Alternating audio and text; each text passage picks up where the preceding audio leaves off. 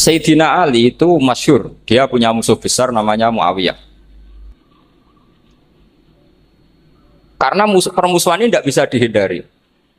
Jadi kalau dalam fikih Islam ini anak-anak saya ajari fikih. Kalau orang mukmin membunuh orang mukmin itu hukumnya dosa besar apa kecil? Besar. Itu di bab kisos. Tapi orang fikih itu unik. Di fikih itu ada kitab usial namanya. Di takrib ada kitab usial. Dan di situ ada penjelasan mangkutila dunamali fahuwa syahid. Orang yang dibunuh karena membela hartanya atau keluarganya, itu dia mati syahid. Kalau dia posisi membunuh, maka malingnya atau penjahatnya muhaddarun damu. Gak punya hak nuntut kisos karena dia anggap gak ada artinya darah. Nah sekarang begini, suatu saat ada garong ke rumah Anda, ingin membunuh Anda karena ingin mengambil harta Anda. Anda ingin ingat status mukminnya atau status garongnya. Terus kamu mau dibunuh diam aja. Saya tidak mau membunuh orang mukmin atau membunuh orang muslim. Nah, kesulitan yang dialami Sayyidina Ali seperti itu. Orang-orang Khawarij cara berpikir Ali ku geblek. Wong mukmin kok pengen mateni wong mukmin. Muawiyah yo geblek pisan. Wong mukmin kok pengen mateni orang. Padahal suasana sudah kacau. Ketika seorang penjahat mau membunuh yang punya rumah dan yang punya rumah ingin membunuh penjahat, itu namanya mukmin bentrok sama orang mukmin. Apa orang benar sahibul hak ingin mempertahankan haknya? Tidak sampai saya tanya. Itu sahibul hak, yaitu yang punya rumah ingin mempertahankan haknya. Meskipun dalam duel ini kadang terjadi pembunuhan.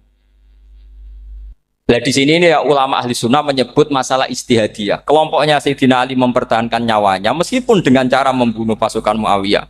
Pasukan Muawiyah juga mempertahankan nyawanya meskipun harus membunuh pasukan Ali. Zaman itu susahnya istihad seperti itu. Tapi orang Khawarij cara berpikir enggak, ini biang keladi masalah itu Ali sama Muawiyah. Mereka malah rapat, ya sudah dua-duanya bunuh saja. Ya masyhur tuh, akhirnya Sayyidina Ali dibunuh oleh orang Khawarij. Makanya ini penting ya, pentingnya ngaji seperti ini. Jadi kamu harus dilatih berpikir nubuwah. Ya, dilatih berpikir apa? Nubuwah disebut al-ulama warasatul. Meskipun dengan cara yang ekstrim, tapi pikirannya saja, jangan perilakunya. Saya punya contoh sekian kasus, sekian tragedi. Misalnya begini. Saya itu dulu punya teman, dia soleh, bisa baca Fathul Mu'in. Dia itu janggal. Bilang sama saya, Gus, tidak biasanya Rasulullah itu agak-agak nyindir orang fakir. Ini kok ada hadis kadal fakru ayakuna kufrun, bahwa kefakiran itu mendekati apa? Kekufuran. Dia itu aneh sekali. Biasanya tidak biasanya Rasulullah kritik seperti itu. Walhasil ini singkat cerita, anak ini ngalami satu trauma. Dia itu miskin. Gara-gara miskin gitu jadi buruhnya orang non muslim. Dan sering disuruh nganter majikannya itu ke tempat-tempat lokalisasi. Dia mulai mikir, ini gara-gara fakir saya harus nganter orang ke lokalisasi. Mulai ingat dia, sedekah Rasulullah ini gara-gara fakir saya jadi pengantar orang ke lokalisasi. Suatu saat majikannya itu benar-benar bangkrut. Malah tidak disuruh nganter. Pokoknya carikan yang cantik bawa sini. Pusing. Nah, dia akhirnya walhasil lari terus keluar. Terus dia cerita betapa ekstrimnya fakir, sehingga gara-gara fakir saya harus jadi penolong orang yang mau apa mak. Anda boleh berpikir ekstrim, tapi ekstrim dalam melawan kemungkaran itu tadi. Saya nggak boleh jadi fakir, tapi takutnya fakir yang nanti jadi alat kemak. Imam Ghazali juga punya contoh seperti itu. Imam Ghazali pernah marah besar ketika tren di Baghdad itu orang belajar fikih semua. Hatta la yakuna thamma tabibun illa min ahli dhimmah, kata beliau. Sampai di Baghdad itu tidak ada dokter kecuali orang kafir dhimmah. Akhirnya kalau ada ulama sakit, saya masih ingat pas kecil, kalau ada ulama sakit itu tidak boleh dibawa ke rumah sakit. Takutnya ketemu dokter muslim, non muslim malah disuntik langsung apa? Mati. Akhirnya ulama saat itu berfatwa, orang Islam harus ada yang jadi dokter. Banyaklah gus-gus yang sekolah ke dokter. Yang masyhur ya seperti Sahal itu, Sahal bin Abdul Fattah. Itu dulu putranya Ki Fatah yang menolong Mbah Mahfud saat sembunyi. Saking idolakannya Basal, anaknya dinamakan Sahal, tapi dia jadi dokter spesialis bedah. Begitu seterusnya urusan negara. Dulu itu orang jabat itu tidak boleh, karena jabat itu dekat dengan syubhat, dekat dengan haram. Tapi gara-gara pejabatnya non-muslim, kalau bikin aturan ya ala non-muslim. Ulama akhirnya sadar, andikan kita yang jabat pasti tidak seperti itu.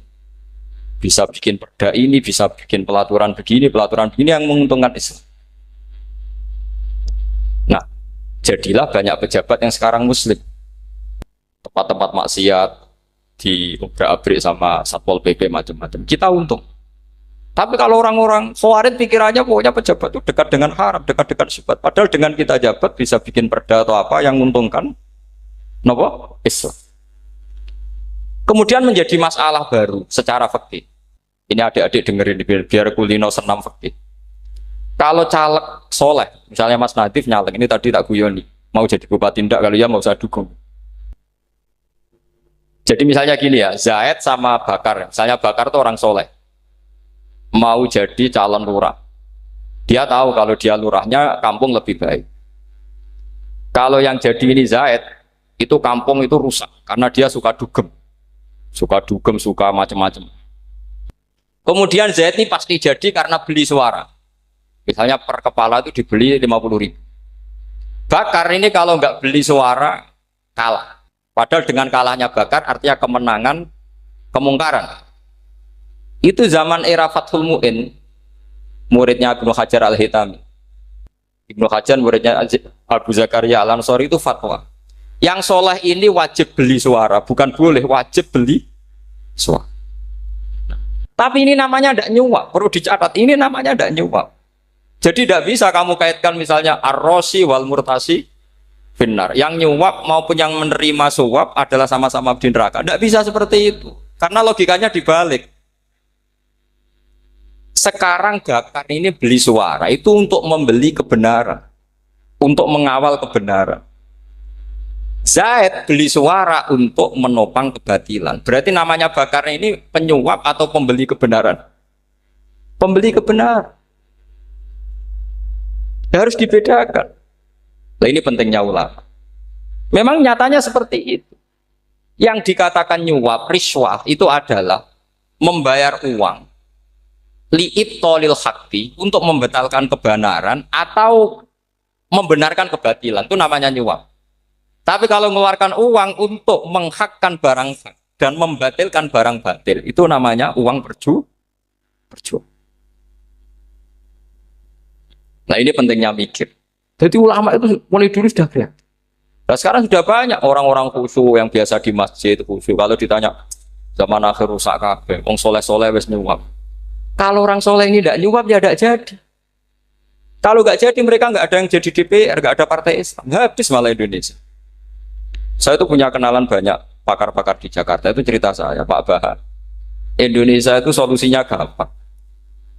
Kita ini punya Bali, punya Batam. Itu kalau Bali dimakaukan, Batam dikayakan Hollywood. Amerika kaya itu bukan karena hebat. Pornografi dijual. Tinju di Nevada itu dijual, di Las Vegas dijual. Apa saja dijual. Kalau tidak kaya itu gimana? Sementara Indonesia mau aur-auran gitu sukan partai Islam. Sebenarnya Indonesia gampang, kalau ingin kaya Bali itu dikayakan Hollywood atau dikalahkan Makau jadi kota judi. Batam dijadikan kaya Las Vegas. Itu transaksinya pasti triliunan. Orang kamane wong muda dijual, judi dijual, orang tinju dijual.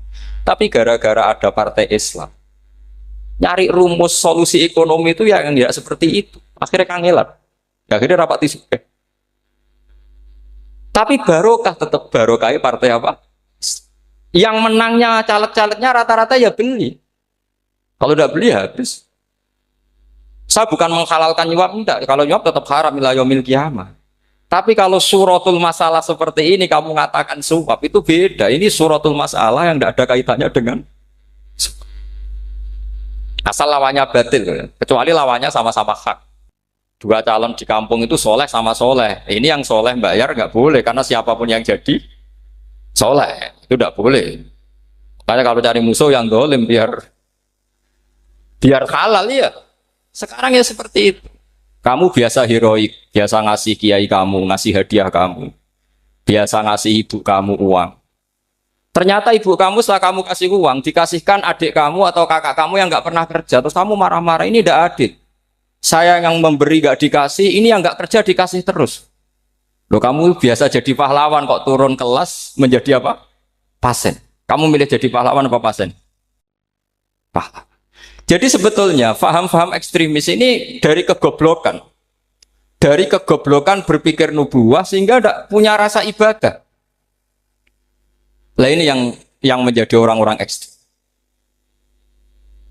Jadi korban pertama ekstremitas itu bukan sahabat tapi Rasulullah Shallallahu Alaihi Wasallam, yaitu Nabi dibilangin oleh mereka, "I'dil ya Muhammad, kamu kalau bagi harus adil." Pikiran mereka kalau adil sama rata sama. Jadi kalau pakai pikiran itu, saya minum di sini itu haram. Mau ndak ikut bikin kok minum. Enak tamu, toko-toko mangan, sing masak kangelan urung. Itu jadi edan bareng. Itu sama seperti kasusnya Bahram Al-Majusi. Dia itu seorang raja kaya, punya anak cantik. Dipikir-pikir, anakku ayu dirabek nang liya rugi, sing gedhekno aku sing rumah aku dirabi wong liya. Maka dia berpikir mau dinikahi sendiri. Karena tadi melihat Mas Nadif ya orang Kenya tadi, apa Nigeria, malah gak layak itu maksudnya orang. Ini Mas Nadif ini termasuk harus mendukung gerakan tidak ekstrim. Nyawanya masih itu karena barokahnya beliau agak-agak gitu. Tapi nggak sampai liberal ya, agak-agak pokoknya itu. Karena ketika ada gerakan ekstrim di Mesir, itu termasuk dia DPO.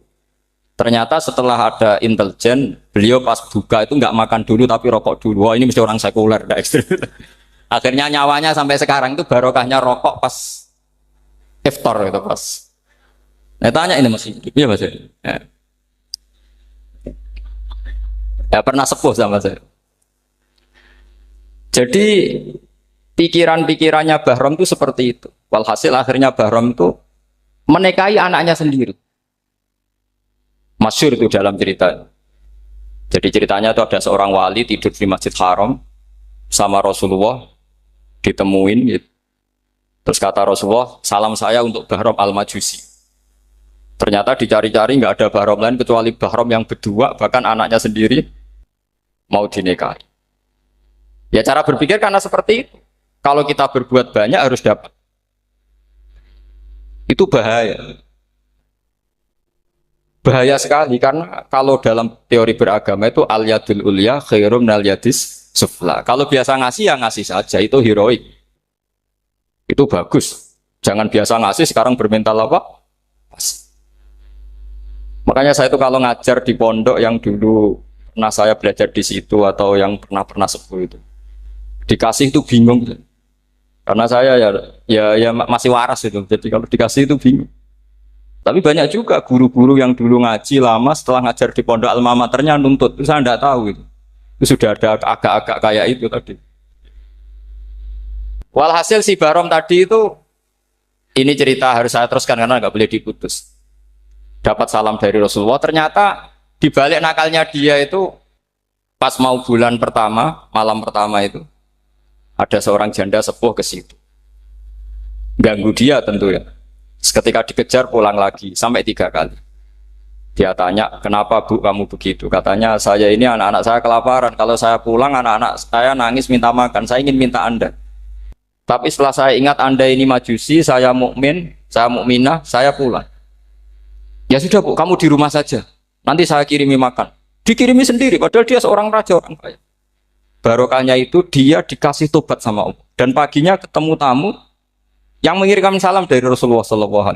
Akhirnya Bahram ini menjadi muslim.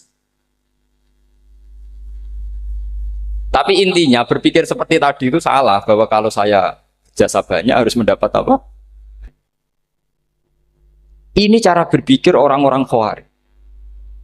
Iya, saya pernah ditanya seorang dosen.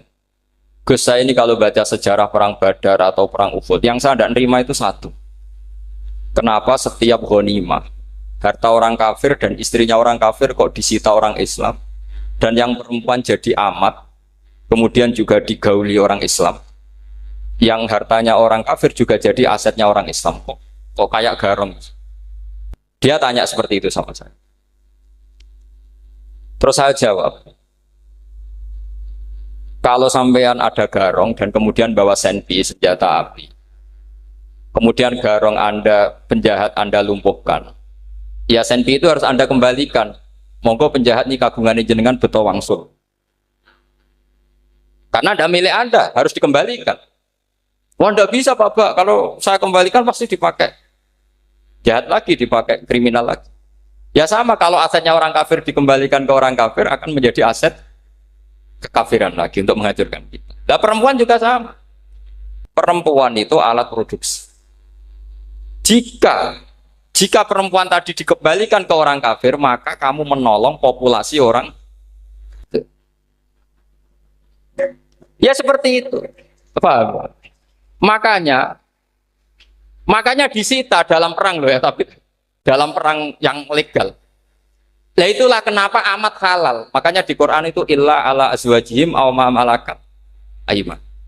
Paling enggak itu masih ada ulama atau pemikir atau ustadz siapa saja yang bisa memahami logika apa? Nanti kalau ulama ini sudah meninggal, orang akan mencibir Islam dengan cara mengatakan Islam itu jahat, yaitu menyita hartanya orang kafir dan istrinya orang kafir setiap kali terjadi perang. Karena pemikiran ini pasti sama-sama kutubnya, sama-sama ekstrim. Nah ini penting saya katakan. Makanya masyhur itu perdebatan Sayyidina Ali dan Muawiyah. Ini saya kutip sedikit. Ini ya sama-sama berpikir ekstrim, tapi ekstrim yang baik. Walhasil dalam satu kerja bakti di Masjid Kuba, itu ada sahabat namanya Ammar. Ini di depan umum, ini penting. Kalau dalam ilmu hadis di depan umum ini penting karena nanti menjadi mutawatir. Beda dengan hadis yang Nabi ngendikan sama 1-2 sahabat, namanya hadis ahadi. Di depan umum Nabi guyon gini sama Ammar, ya Ammar waihak taktuluka alfiatul baghiyah. Ammar, kamu ini nasib kamu itu agak sial. Karena nanti yang membunuh kamu itu kelompok yang tidak benar. Alfiatul baghiyah itu kelompok yang tidak benar. Itu disaksikan sekian sahabat. Walhasil suatu saat Ammar ini ikut perang dan ikut pasukannya Ali dan terbunuh oleh pasukannya Muawiyah. Seneng Ali. Walhasil Ammar ditemuin sama Ali. Ya Muawiyah, al-ana dhuhara bi anna fi'ati haqqun wa fi'ataka baghiyah. Sekarang kelihatan siapa yang benar. Saya yang benar, kamu yang salah. Kenapa? Karena Ammar kelompokku dan terbunuh oleh kelompok kamu. Padahal kata Rasulullah yang membunuh Ammar adalah kelompok yang salah. Muawiyah pintar sekali, dia jawabnya gini, laula kama kutila Ammar. Ammar terbunuh karena bela-belain kamu. Kalau kamu tidak nyuruh dia perang juga gak terbunuh kan. Jadi kamu ikut andil, terbunuhnya siapa? Ammar. Tapi apa kata Sayyidina Ali? Idzan qatala Rasulullah Hamzah. Kalau teori itu Anda pakai, Rasulullah pun membunuh Hamzah. Sekarang Hamzah perang karena suruhan siapa? Rasulullah. Yang membunuh Hamzah siapa? Wahsy. Kalau teori itu Anda pakai, berarti Rasulullah pun membunuh Hamzah. Terus fasa kata Muawiyah, terus Muawiyah diam. Jadi fikih pun tuh diputuskan lewat pikiran ekstrim. Tapi bukan ekstrim yang merugikan orang lain. Ya, kalau merugikan orang lain namanya sudah la darara wa la dirar, dia menyalahi aturan ini. Makanya saya pernah ngaji di sini dulu ketika tahun kemarin. Fikih-fikih Islam itu punya rumus, itu ya gara-gara pikiran ekstrim sebetulnya. Saya pernah nyontohkan adalah orang itu kalau sholat jenazah itu mayitnya di depan. Itu ulama fikih tidak ada yang punya alasan. Mau hanya bilang gini, hakadha wajadna salafan wa khulafan. Mulai dulu kalau nyolati mayit ya jenazahnya di depan. Ya hanya gitu saja, tidak punya alasan. Makanya ulama lain mengatakan tidak apa-apa jenazah di belakang, yang sholat di depan. Kenapa? Fa innaha laysat bimanzilatil imam. Memangnya jenazah imam kok harus di depan? Itu ya tidak ada yang bisa bantah. Bagaimana mungkin harus di depan? Oh, enggak imam kok harus. Yang harus di depan itu imam. Jenazah itu imam apa enggak? Enggak. Terus alasan kedua, sholat ghaib. Kalau ada orang mati di Surabaya, Mas Nadib di sini, sholat ghaib boleh enggak? Boleh. Jenazahnya di depan apa belakang? Di belakang kan? Berarti harus enggak jenazah di depan? Ya dia mau ngakeh yang jelas kalau itu. Lah ini contoh-contoh kecil. Nah orang Khawarij itu orang yang paling tidak mau menerima otak-atik seperti itu.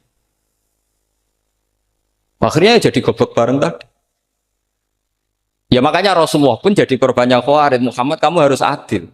Karena pikiran mereka adil itu yang memberi banyak ya dapat banyak. Kalau pikiran nubuah tidak seperti itu. Kalau yang biasa memberi, biasa heroik, biasa baik ya biar tetap biasa memberi. Jangan dilatih jadi apa? Pasien. Ini mungkin adik-adik juga agak keberatan, tapi harus dilatih. Makanya saya itu jadi kiai itu ya mulai kecil anaknya kiai butuh kiai. Saya itu ya mulang tuh senang. Saya tidak pernah terlintas dikasih santri atau dihormati ya enggak. Mungkin sampai mati agak terlintas. Ya pikiran saya sederhana. Biasa mulang pahlawan malah sekarang pasien itu malah kayak cemen, kayak turun kelas gitu. Jadi saya terus ya enggak kepikiran sama sekali. Loh kalau saya minta sama Allah karena itu atasan saya.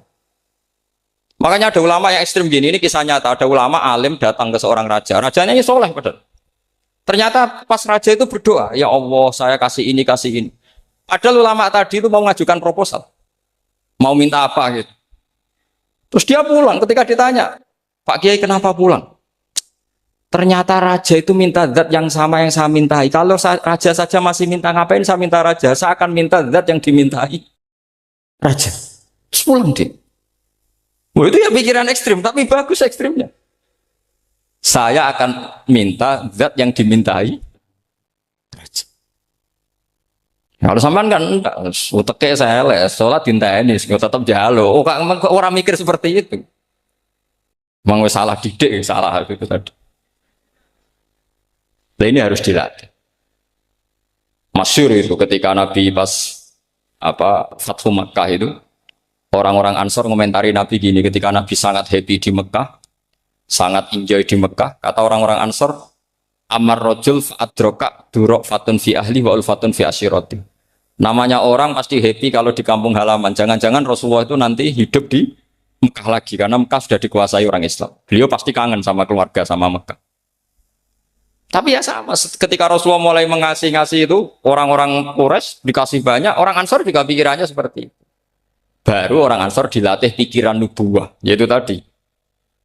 Mereka itu dapat kambing, dapat sapi, terus pulang. Kamu mendapat saya, milih mana? Milih Rasulullah Shallallahu Alaihi Wasallam. Sekarang kamu saya balik. Kamu punya kiai, kamu bisa memberi hadiah, memberi beliau. Suatu saat kiai Anda ini kaya raya, terus sering ngasih orang-orang yang nggak pernah berjasa. Kamu nggak pernah dikasih. Itu kalau pakai pikiran Khawarij, kiai ini salah karena ngasih orang yang tidak berjasa. Tapi kalau kamu pakai pikiran nubuah, enggak. Alhamdulillah saya tetap istiqomah memberi kiai itu. Dan alhamdulillah nggak dibales. Semoga balasannya di akhir. Ya sudah seperti itu. Kalau pakai pikiran gengsi tadi seperti itu. Masa biasa memberi sekarang posisi diberi, saya rak turun kelas. Jadi sebetulnya pikiran ekstrim itu boleh, tapi untuk yang seperti ini bukan ekstrim yang tadi. Makanya ini disebut al-hujjat. Al-hujjat itu satu logika yang bisa mematahkan asumsi awal. Ini saya harap santri-santri matolek putra maupun putri berpikir seperti ini. Sehingga sama. Jadi misalnya sekarang dibalik. Kalau ada orang NTT yang masih non-muslim, itu orang kafir yang harus dibunuh atau orang kafir yang harus didakwai. Mesti pikirannya itu, kalau Nabi itu ya semua yang didakwai Nabi dulu orang kafir. Nah, ketika Nabi di Mekah itu pertama ketemu orang kafir itu dibunuh atau didakwai? Didakwai. Ya berarti pilihan sekarang ya didakwai bukan dibunuh. Nah soal perang itu perang itu beda dengan membunuh. Ada janjinya, ada macam-macamnya, terus nggak ada solusi, itu baru ada apa? Jadi kalau sudah dibalik-balik gitu, makanya kata ulama-ulama, Khawarij itu pasti salah. Pasti salahnya adalah kalau orang tidak benar ya dibenarkan, bukan dibunuh. Kalau setiap orang kafir dibunuh, Nabi kapan jadi nabinya? Karena orang kafir habis. Jadi metode bil hikmati ada, metode hasanah ada, karena orang kafirnya sudah apa? Mati. Terus Pertanyaan kedua, kalau Nabi harus ekstrim ngapain yang ngawal Jibril? Halnya Israel lebih efektif. Jadi jadi kalau sama-sama ingin ekstrim, Nabi itu nggak usah dikawal Jibril, kan enggak efektif kan? Harusnya yang ngawal itu siapa? Israel. Kan nggak repot. Nah, jadi saya mohon ini saya cerita. Jadi korban pikiran ekstrim itu bukan siapa-siapa. Pertama itu Rasulullah. Akhirnya Rasulullah menjelaskan, ya beginilah cara berpikir. Jadi saya kira demikian. Nanti mungkin kalau ada tanya-tanya, ada pertanyaan. Yang jelas kalau seputar ekstremitas itu bisa latihan. Ya. Sebenarnya bisa latihan di fikih. Karena fikih ini cerminan dari pikiran ulama. Ya, cerminan dari pikiran apa ulama yang tidak tekstual. Ya, seperti gini ya. Tasaddaqa Rasulullah so'an min tamrin au so'an min akidin. Ketika zakat fitrah itu Rasulullah mengeluarkan satu sok amr. Amr itu kurma. Kalau menurut tekstual berarti zakat fitrah harus pakai kurma. Tapi semua ulama sedunia mengatakan putih ahlil balad. Hanya dalam konteks Indonesia ya pakai apa? Beras. Berarti kata tamr diganti kut. Diganti apa? Kut. Jadi orang itu jangan diajak goblok bareng. Masa Nabi ngendikan tamr harus apa? Makanya saya pernah debat. Pak Nabi itu cingkrang. Kenapa orang-orang itu rata-rata tidak cingkrang? Saya bilang, Nabi itu hidupnya di Mekah. Kenapa Anda hidup di Indonesia? Iya, Nabi itu hidupnya di Mekah. Terus saya tanya lagi, Nabi itu hafal Quran, kamu udah hafal? Saya hafal Quran. Kalau cingkrang gampang, karek ngetok batasnya. Iya, kalau ada sunnah Rasul, Nabi hafal Quran, enggak? Hafal kan? Berarti kalau ikut sunnah Rasul, hafal Quran. Jangan cingkrak tok ya, hafal apa? Ya sama poligami juga gitu yang tadi diceritakan Mas Natif itu. Nabi itu poligami setelah Khadijah meninggal. Apa mereka mau nunggu istri pertama meninggal? Kalau ingin persis loh. Kalau ingin persis nunggu istri pertama meninggal. Ah ya. Enggak mau juga kan? Ya biasa saja lah. Pokoknya yang dihalalkan syariat ya kita bilang halal, yang diharamkan kita bilang apa? Enggak usah sok isi sunnah Rasul. Saya punya banyak cerita. Abu Bakar itu dulu sering menghindari sunnah Rasul. Dulu Rasulullah itu kalau ada orang minta ya dikasih. Ketika era Abu Bakar bikin Baitul Mal. Ketika ditanya ini zaman Rasulullah tidak ada. Kata Abu Bakar, huwa Rasulullah. Beliau itu Rasulullah. Mau gak di-manage ya negara tertib. Umar bikin pasukan itu diangkat negara. Kalau dulu zaman Nabi yang ikut perang bahaya, yang enggak perang namanya munafik. Era Umar enggak, militer itu ditunjuk. Ya digaji pakai Diwanul Murtaziko. Ketika ditanya, kenapa enggak kayak Rasulullah? Huwa Rasulullah, mbok enggak tertib pun tetap negara stabil. Karena ada karisma. Jadi kadang-kadang dalam banyak hal itu kita malah tidak boleh persis Rasulullah karena kadang banyak khususnya. Yaitu contoh yang paling masyhur di fikih ya kayak Nabi itu nikah 9 itu khususnya. Dalam strategi juga sama. Dalam strategi memanage negara juga sama. Banyak sahabat yang punya ide yang zaman Nabi itu tidak ada. Ketika ditanya, kenapa tidak persis Nabi? Katanya huwa Rasulullah. Ya Rasulullah itu meskipun seperti itu, meskipun tidak tertib secara rasional, tetap dikawal wahyu. Makanya negara baik-baik saja. Kalau saya ini hanya Abu Bakar, kalau enggak ya repot. Umar ya sama, bikin Diwanul Murtaziko. Utsman juga sama, di-manage negara. Sayyidina Ali juga di-manage. Kalau Nabi enggak. Tapi enggak apa-apa, karena ada karisma. Sama tak cerita nih, masalah zakat yang masyhur. Orang paling bakhil sekalipun, paling kikir sekalipun, itu zaman Rasulullah bayar zakat. Karena pikirannya setelah zakat dikasihkan, Rasulullah mendoakan. Khudh min amwalihim shadaqatan tutahhiruhum wa tuzakkihim biha wa sholli alaihim inna sholataka sakanul lahum. Era Abu Bakar enggak. Sorry ya Abu Bakar, dulu kita zakat sama Rasulullah karena didoakan beliau. Kamu hanya Abu Bakar, saya enggak mau zakat. Ya sama lah seperti orang dipimpin ulama-ulama karismatik. Orang dipimpin Badola itu enggak usah metai, santri sudah nurut. Dipimpin Manazif enggak bikin pelaturan, habis pondok. Kalau tidak ngancam, nggak gini, ditakzir, nggak gini, habis. Zaman Badola dehem tok santri wedi. Mas Nadif dehem. Nah, Makanya Rasulullah itu tidak banyak bikin pelaturan. Rasulullah itu kalau mau perang itu hanya bilang sahabat, saya besok ditantang Abu Sufyan di sini. Saya mau perang. Oh itu sahabat ikut semua. Orang melihat wajahnya, melihat karismanya sudah tertarik ingin menyelamatkan beliau. Kita tidak akan ridho Rasulullah keluar sendiri. Kalau Abu Bakar ya enggak. Pertama Abu Bakar pidato sudah sopan. Saya memimpin kamu. Ini ketulitu alas tubuh khairikum. Saya ini mimpin kamu, tapi bukan berarti saya yang terbaik. Jika saya benar maka dukunglah. Kalau salah ingatkan. Itu pertama orang-orang bilang apa? Fawwala uqiman nakabisef. Nanti kalau Anda salah tak ingatkan pakai pedang. Ya karena hanya Abu Bakar bukan Rasul. Jika diaturlah, ini ada militer, ada pengawal, ada Baitul Mal. Era Umar lebih modern lagi, ada Diwanul Murtazikoh, ada macam-macam. Ya Rasulullah nggak ada. Nah sekarang orang sidik-sidik muni sunnah Rasul. Padahal ada sunnah Rasul yang khasnya Rasulullah sebagai nubuah. Ya khasnya Rasulullah sebagai apa? Coba Nabi itu istrinya 9. Semuanya cerita tentang tahajudnya Nabi, witirnya Nabi. Apa kira-kira Mas Nadif kalau punya istri 4 ceritanya tentang tahajudnya Mas Nadif? Kan enggak. Nah, jadi saya mohon, sebetulnya pikiran-pikiran ekstrim itu karena enggak mau belajar. Enggak mau belajar. Kalau mau belajar itu kata Imam Ghazali itu dalam kitab Imla, Al-Imla fi Iskalatil Ikhya itu. Fal ma'ani awsa'u minal ibarat. Yang namanya ma'ani itu awsa'u minal ibarat. Jadi yang fal ma'ani awsa'u minal ibarat. Jadi yang namanya makna itu lebih luas minal apa? Ibarat. Nah, ini contoh yang paling nyata ya Sayyidina Ali. Ketika Sayyidina Ali perang sama Muawiyah, itu Sayyidina Ali bilang, sebaiknya Muawiyah kirim delegasi, mediator. Saya juga kirim mediator. Terus orang-orang Khawarij karena tadi tekstual. Mahada ya Ali. Ini apa ya Ali? Lam yujad fi kitabillah. Aturan mediator itu tidak ada di Quran. Bahwa kalau kita perang harus ada mediator itu tidak ada.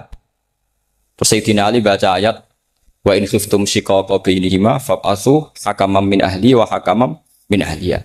Jika lelaki dan perempuan suami istri terjadi shiqaq, terjadi konflik, maka suami kirim satu mediator, yang pihak perempuan juga kirim mediator. Terus Sayyidina Ali ngendikan wa amru Muhammad a'dhamu min amri rajulin wa imra'atin. Urusan umat Muhammad lebih serius ketimbang urusan hanya sekedar suami dan istri. Maka kita butuh hakam, butuh mediator.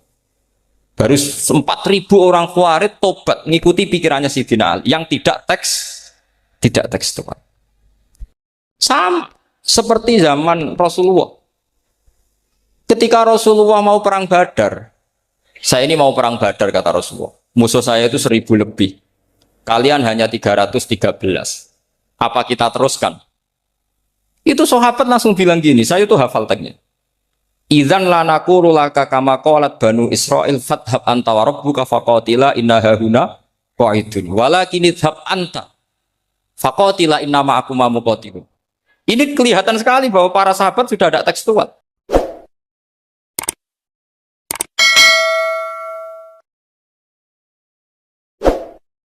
Terus riyen cerita-cerita tentang legenda silsilah Kiai Jawa niku Mbah Hasan Besari ini keluarga kerajaan pun di duit, pun ngertos dunia internasional. Kepengen mondok teng Mekah. Mbah Hasan Besari sing terkenal yo. Akhirnya ngajak kancane namanya Abdul Manan niku tiang termas, tiang desa. Dijak akhirnya mondok teng Mekah dados tiang alim. Termasuk nderekaken Sayyid Zabidi dugi Mesir, Shahibul Ithaf. Ki Abdul Manan gada putra alim alama namanya Ki Abdullah. Ki Abdullah gada putra namanya Ki Mahfud. Dugi Ki Mahfud niki cerita sing terkenal niku kepanggih Mbah Munawir. Kila niku murid guru wakila konco. Sing jelas saingan dadi wali perkarane. Mbah Mahfud ora trimo, tapi ora trimo sae giroh kalau dalam bahasa Arab ghobtoh ta giroh. Sopo sih kok ana wong sak tawafan khatam Quran. Dados niku kok tambahi Gus Sulil nek dadi wali ku sak tawafan khatam Quran. Mboten maca ithaf dalu-dalu seneng Gus penggane rokokan dalu-dalu maca kitab malah seneng. Kon melekan. Niku akhirnya kepanggih terus kila niku Kiai Mahfud pesen Muhammad ini kan betul teng Indonesia. Mulane Gus Muhammad akhirnya jadi Kiai Quran. Di pondokno teng Termas bareng-bareng Bali Maksum, Gus Habib, itu sedanten terus ngaji Mbah Dimyati Termas. Kalau nate diceritani Mbah Mus mriki meledake muridnya Mbah Khalil Harun di antara sebabnya niku Mbah Dimyati Termas wafat. Terus sebagian santri-santri ageng udah ngaos teng Kasingan teng Mbah Khalil Harun. Walhasil terus Gus Muhammad itu dados ngapal Quran alim. Terus dipek mantu tiyang sugih namanya Kaji Taslim. Terus akhirnya urip teng Betengan. Gada putra Ki Harir samangke wonten Gus Muhammad. Dadi Muhammad bin Harir bin Muhammad bin Mahfud bin Abdullah bin Abdul Manan. Niku pun dugi Sahibul Ithafus Sadat Al-Muttaqin. Saraipun kitab napa? Ikhya. Niku nak ngarang. Niki cerita niku nak ngarang jan luar biasa. Kitab 14 juz. Niku kabeh berilmu, boten dipenuhi cerita-cerita yang boten penting. Semuanya berkualitas. Yang paling saya kenang dari, dan ini sekaligus kalau terakhir muludan ini. Yang paling saya kenang dari statement beliau, dari ngendikan beliau itu begini. Wan Nabi sallallahu alaihi wasallam wa in jalla qadru muhtajun ila rahmatihi ta'ala wa fadli. Jadi secara pikiran beliau itu umat ini setelah Nabi Isa. Penggemar Nabi Isa itu salah dalam mendudukkan Nabi Isa, berlebihan sampai mengatakan Isa ibnu Allah. Yang benci juga berlebihan sampai mengatakan Isa itu waladuz zina, yaitu orang-orang Yahudi.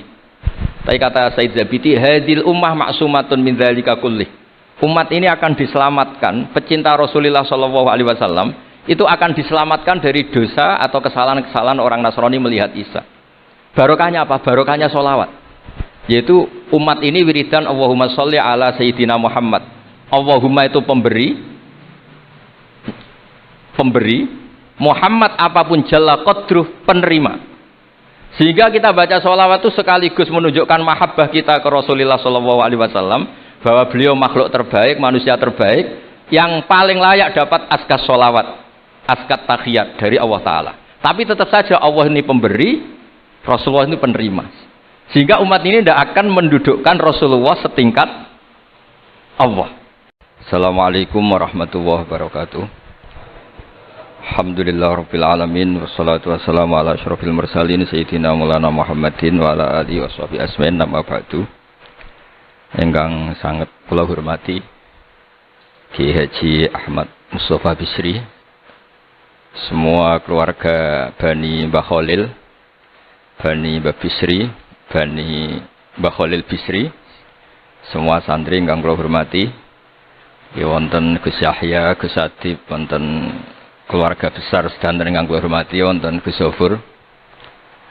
Niki alhamdulillah wau Gus Zofur mulai rileks, dadi kula luwih rileks.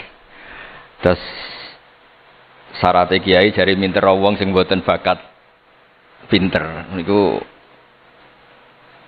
kula emut sekali. Terus banyak cerita niku riyen Kiai Khalil mengambil mantu Kiai Bisri niku nggih nyaur utang kalian Mbah Topo, mergi sering dirumat secara finansial.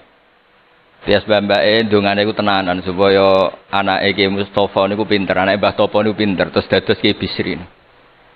Niku nak diambil kesimpulan niku Kiai ndonga tenanan niku nak dirumat tenanan. Nak dirumat rapati tenanan niku ndongane ya kudune rapati tenanan. Niku wonten sing crita niku mbah bodoni napa mboten niku riyen niku ngantos Mbah Khalil prai jamaah. Mergo makmume iku sing ngutangi, dadi wedi nek ketemu makmume. Suwe-suwe diebrokno terus wani dadi imam malih. Terus dalam keadaan ngoten niku ndonga ra tenanan mboten mungkin. Singkat cerita terus Kiai Bisri dados tiyang alim, Kiai Misbah dados tiyang alim. Terus fan ingkang ditekuni niku nahwu. Wau leres sing didhawaken Kiai Said angsal gelar sibawahi zamani. Pancen riyen kula piyambak sering didhawuhi Mbah Mun nggih sering istifadah teng terjemahan Alfiyaipun Kiai Bisri. Riyen teng sarang nak belajar Ibnu Aqil di antara referensi ini tulisannya Kiai Bisri mbek Kiai Misbah. Sing sedanten niku barokahe didikanipun Kiai Khalil Harun. Kula piyambak zuriyah saking Mbah Dimyati. Mbah Dimyati riyen teng sarang keceluke putra angkate Kiai Umar Harun. Mergi wau Kiai Umar mboten gadah putra. Kula cerita silsilah sing radi serius. Dados niki walikane Gus Zofur wau mun rileks niki kula sing cerita serius. Riyen Syaraté wong alim niku sinau riyen. Sinau badhe niku diskusi kalian sing sak level. Badhe niku nembe ngaji.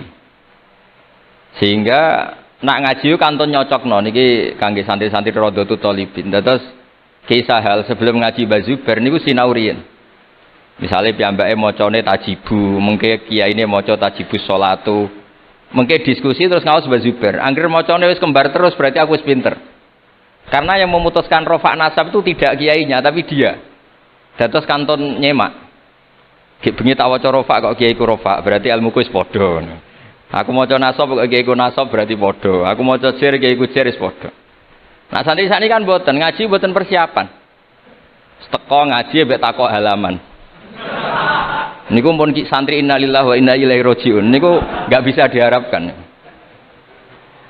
Dados kula riyen niku GR alim niku nggih alasan perkara ini sinau riyen. Dadi agar Mbah Mun maca kok mun kembarane 90% apa 80% nggih mun setengah ngalim.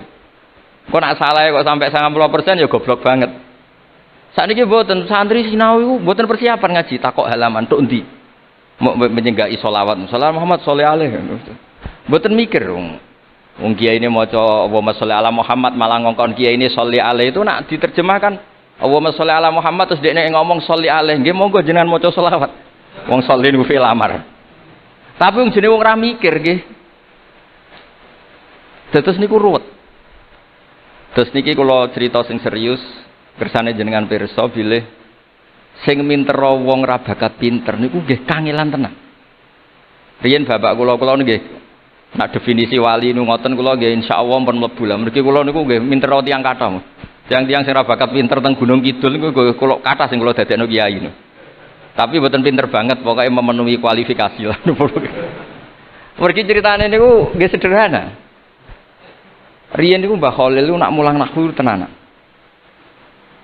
Mergi sesuatu itu jadi mudah. Mulane cerita sing beredar nang Lirboyo niku Ja'a Zaidun, Zaid datang. Niku wonten santri pelengahan delok lawang terus. Gurune ngamuk. Kamu orang mana? Orang Bekasi. Kenapa pelengahan? Ya katanya Ja'a Zaidun ra'aitu Zaidan. Habis Pak Guru bohong, katanya Zaid datang melihat Zaid ternyata orangnya enggak ada. Contohnya menja'a Zaidun ra'aitu Zaidan. Tapi barokahnya itu terus sesuatu itu menjadi mudah. Lah ini sing dawuh Mbah Mun wae sing didawakan Gus Zafur kula jek eling dawuh Mbah Mun gelem ra gelem Allah kudu gawe wong alim ka wong Jawa. Mergo wis kadung dawuh Islam iku kafatal linnas untuk semuanya. Fasibawayh Farisiun. Imam Sibawayh itu orang Persia. Imam Ghazali juga Tus itu Persia. Banyak orang alim dari Irak. Irak itu Babylon, itu tidak Arab. Karena Islam ini kafatal linnas. Makanya gelem ra gelem guyonane Mbah Mun niku Allah kudu gawe wong-wong kaya Warijo, kaya Kirun kudu dadi wong alim. Guling-gilingan nek Islam tidak milik orang Arab saja tapi kafatal linnas. Niku nak cara Mbah Mun. Dadi empun dadi janjine pangeran. Mulane sing mondok Arab nggih monggo, sing mondok pundi mawon nggih monggo, tapi Kiai Jawa tetep ndek jatah alim. Mergo niku empun kuota. Empun kuota. Terus riyen Mbah Fadl sing diceritakno Gus Zafur niku tiyang alim mboten mondok teng pundi-pundi teng Jawa. Mbah Sahal riyen alime nggih mondoke di antarane teng Sarang. Mergo pun jatah. Islam iki dawuh Mbah Mun kafatal linnas. Mulane Allah kudu gawe wong alim-alim sing wong Persia, wong Jawa, wong Cina. Tiang Imam Sibawayh niku mboten tiyang Arab. Mulane piyambake ra difrustasi nek debat mbek wong Arab. Masyhur yen ada ahli nahwi sing tiyang Arab, namine Kisai. Piyambake Sibawayh tiyang Persia. Niku didu kalian seorang raja di depan umum kan maca qad kuntu azunnu annal aqrab asyaddulas atan minaz zambur. Faidan huwa hiya atau faidan huwa iya. Jari Imam Sibawayh rofa. Jari Imam Kisai oleh rofa oleh nasab. Terus akhirnya dalam perdebatan itu antuma ro'isa baldatikuma, kamu ini ketua dua negara Anda karena Anda yang terbaik. Lalu famanil hakim, terus keputusan ini di tangan siapa? Kamu orang terbaik di negara kamu semua. Terus yang bilang hadil Arab. Ya orang Arab semua ini kita konsensus polling. Semua orang Arab bila Imam Kisai. Karena orang Arab biasa ngendikan iyaha atau hiya. Akhirnya Imam Sibawa itu frustasi. Mergo dipermalukan di depan umum. Kila karena dalika sababa wafatih, sababa mautih. Bahwa peristiwa itu yang menjadikan Imam Sibawa kabundut. Kok dipermalukan di depan umum. Imam Sibawa keyakinannya tetap bersikeras. Setelah idza fujaiyah itu rofa karena beliau ikut fusha saja. Fa idza hiya hayatun tas'a. Fa idza hiya bayda'ul linadirin. Semuanya itu rofa. Beliau enggak bisa nerima konsep nasab. Terus tapi Imam Sibawah yang ngalami dipermalukan itu jadi barokah yang sak dunya. Yaitu karena dia orang Persia, belajar nahwu harus yang fusha saja. Barokahnya itu orang-orang non-Arab itu bisa belajar nahwu. Karena nggak perlu latihan min ayna jita diwaca minin jid, fi ayna batuka diwaca fan batnuk. Cara sampean latihan Arab nakal tambah goblok. Mergo terus ribet. Orang Arab itu kalau ono wong Jawa mangan, sak piring kok wis wareg itu takok fi ayna batnuka iku fan batnuk. Kan tambah pusing. Nek mriki kan boten. Fi ayna batnuka. Min ayna jita. Sehingga ora perlu mikir minin jid. Terus dawe Bamun barokah fusha iku terus nahwu itu bisa digeneralisir. Akhirnya terus pilihannya alfiyah. Kila di antara sing beto alfiyah pertama nu Kiai Khalil Bangkalan. Mergi teng silsilah wau sing dirawaken Kiai Said di antara gurunipun Mbah Khalil Harun Kiai Khalil Bangkalan. Kula piyambak menyaksikan dalam manaqibnya Syekhona Khalil, beliau ngaji sama Said Zaini Tahlan. Said Zaini Tahlan gurune Said Abi Bakar Sato yang ngarang I'anatut Thalibin. Terus kalau misalnya saya pakai sanad Mbah Maimun, Mbah Mun, Mbah Zubair, Mbah Fakih Mas Kumambang, Kiai Mahfud Termas, Said Abi Bakar Sato, Said Zaini Tahlan. Kalau pakai Mbah Mun, Mbah Karim atau Mbah Manap, Syekhona Khalil, ini langsung dugi Said Zaini Tahlan. Jadi a'la sanadan kalau pakai jalur Mbah Mun, Mbah Karim, Syekhona Khalil langsung Sayyid Zaini Tahlan. Sama kalau pakai sanad keluarga sini misalnya Mbah Khalil Harun langsung ke Syekhona Khalil langsung dugi Sayyid Zaini Tahlan. Nah silsilah keulamaan ini penting karena dulu iki cerita mawon. Sing ora bakat ngalim di ngalimno tetep dadi kiai. Sing wis bakat alim di makrifatno. Termasuk makrifate Said Zabidi niku sing nyekseni tiyang Jawa. Jadi ku Mbak Abdul Manan. Terus riyen cerita-cerita tentang legenda silsilah Kiai Jawa niku Mbah Hasan Besari niku keluarga kerajaan pun duwe dhuwit, nggih pun ngertos dunia internasional. Kepengen mondok teng Mekah. Mbah Hasan Besari sing terkenal yo. Akhirnya ngajak kancane namanya Abdul Manan niku tiyang Termas, tiyang desa. Dijak akhirnya mondok teng Mekah dados tiyang alim. Termasuk nderekaken Said Zabidi dugi Mesir, Shahibul Ithaf. Ki Abdul Manan gada putra alim alama namanya Ki Abdullah. Ki Abdullah gada putra namanya Ki Mahfud. Dugi Ki Mahfud niki cerita sing terkenal niku kepanggih Mbah Munawir. Kila niku murid guru wakila konco. Sing jelas saingan dadi wali perkarane. Mbah Mahfud ora trimo, tapi ora trimo sae giroh kalau dalam bahasa Arab ghobtoh ta giroh. Sopo sih kok ana wong sak tawafan khatam Quran.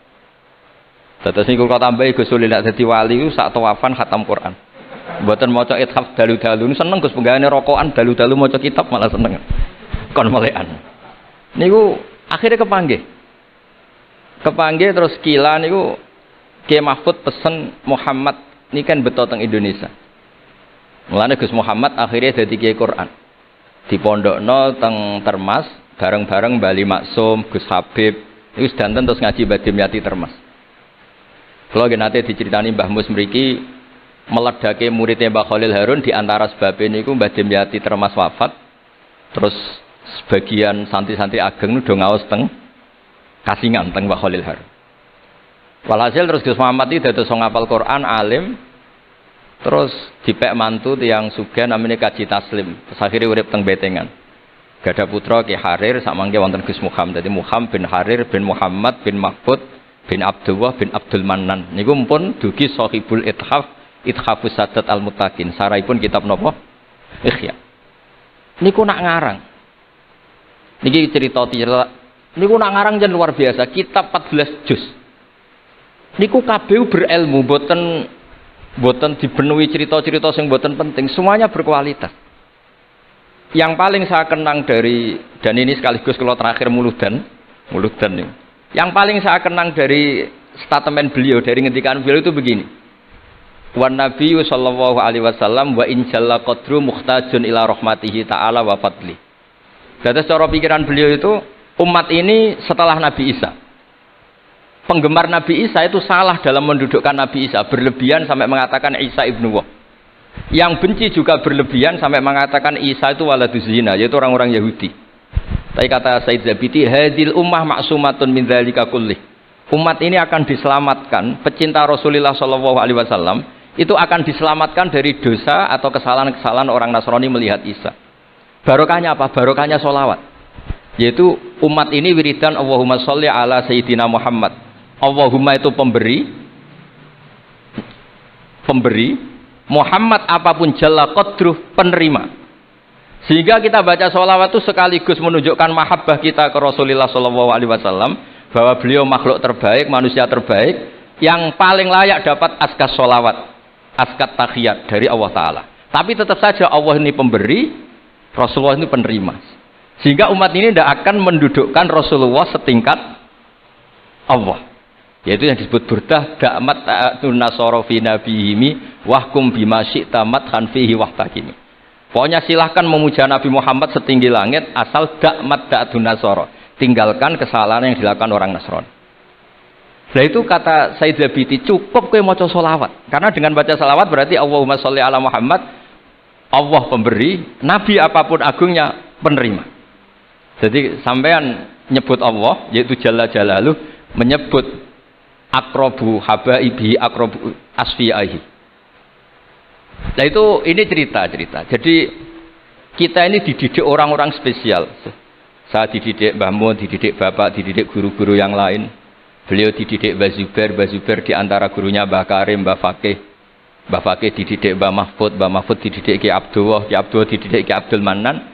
Ki Abdul Manan ini dididik yang ngarang kitab Ithafus Sadatil Muttaqin. Terus di situ diterangkan sanad beliau sampai ila Rasulillah sallallahu alaihi wasallam. Maka dengan seperti ini baca sholawat itu kualitasnya luar biasa. Ini bukan sekedar sholawat. Mari kadang-kadang kita ini kan wong Jawa kayak piye maca sholawat sakmene duwe akeh, maca sholawat sakmene naik pangkat. Ini yang terus cara kula niku ape diberantas iku lumayan gak mara Gunung Kawi. Tapi disetujoni kok kabeh kok dikompensasi materi. Jadi ribet jadi ke Jawa. Kalau mereka tidak punya sarana tawassul, engkau mara Gunung Kawi itu ya kedusan. Tapi maca sholawat ben dadi bupati, engkau nak mandi nang nyalahno sholawat. Jadi ke Jawa ya bingung.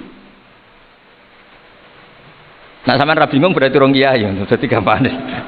Tapi apapun itu dawe Said Zabidi wa Rasulullah Muhammad wa in jalla qadruh muhtajun ila rahmatihi ta'ala wa fadli. Itu mutiara yang luar biasa.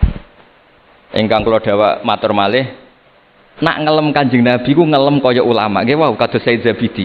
Wong trimo redaksi sing kita baca keseharian, tapi beliau bisa memahami bahwa hadhihi sholawat, sighatus sholawat itu sighat sing nyelamatkan hadil ummah ila yaumil kiamat. Cinta kita pada Rasulullah terselamatkan karena kita baca sholawat. Tauhid kita terselamatkan karena Allah al-Mu'ti, Rasulullah al-Mu'ta. Apapun hebatnya Nabi, posisi yang diberi, yang menerima, pemberinya tetap Allah Subhanahu wa Ta'ala. Dan ini cerita-cerita ngaji tahqiq ingkang sanate musalsal ila Rasulillah sallallahu alaihi wasallam. Dan kula suwun seneng Rasulullah nggih wonten sing baca sholawat dengan jumlah besar. Wonten sing bacanya ndak besar tapi ngerti sirrun min asrori sholawat. Ngene iku piye supaya sholawat iku nunjukno mahabbah kita lan keyakinan kita anak Nabi niki Abdul Khalqi paling disenengi Allah. Tapi sekaligus Nabi tetap Abdullah wa Rasul. Cukup dengan redaksi Allahumma sholli ala Muhammad, Allahumma sholli ala Sayyidina Muhammad. Terus niki mun dalu nek sampean kakean ilmu malah bingung. Wong kula piyambak pun nganggep final yang didhawuhna Gus Zofur mergi saya bersaksi karena hal yang sama juga Mbah Mun sering dawuh. Sing jelas iki Jawa kudu bangga tetep untuk kuota. Mergo Allah wis kadung ngendikan kafatal linnas. Jadi tetap Allah akan bikin orang-orang alim di lain orang Arab, mesti ana sing wong-wong non Arab. Kata Imam Ghazali itu orang Tus itu ikut Persia. Sibawayh juga Persia. Imam Abu Hanifah itu orang Irak. Irak itu termasuk Ajam. Karena ikut Babylon, wa kumma minal biladil ajamiyah. Mesir ikut Afrika.